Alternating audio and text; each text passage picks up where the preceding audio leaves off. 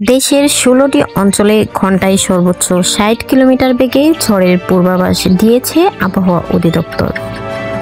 একই সঙ্গে এসব অঞ্চলে বৃষ্টি অথবা বজ্র সহ বৃষ্টি হতে পারে বলেও জানায় আবহাওয়া অফিস। এছাড়া এসব অঞ্চলে নদীবন্দরগুলোতে 1 নম্বর সংকেত জারি করা হয়েছে। মঙ্গলবার ভোর 5টা থেকে দুপুর 1টা পর্যন্ত দেশের অভ্যন্তরীণ নৌবন্দরগুলোর জন্য দেওয়া আবহাওয়ার পূর্বাভাসে এসব তথ্য জানানো হয়।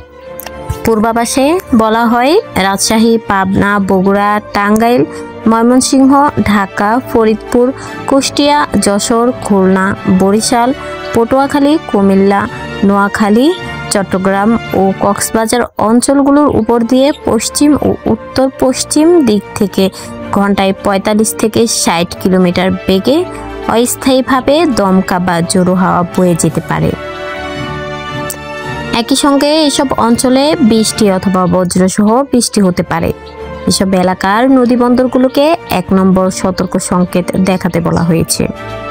এছাড়া আজ মঙ্গলবার সন্ধ্যা 6টা পর্যন্ত আবহাওয়ার পূর্বাভাসে আরও জানানো হয়েছে, রংপুর, রাজশাহী, ঢাকা, ময়মনসিংহ, চট্টগ্রাম ও সিলেট বিভাগের কিছু কিছু জায়গায় এবং খুলনা ও বরিশাল বিভাগের 2-1 জায়গায় অস্থায়ীভাবে দমকা হাওয়াসহ এবং বজ্রসহ বৃষ্টির সম্ভাবনা রয়েছে।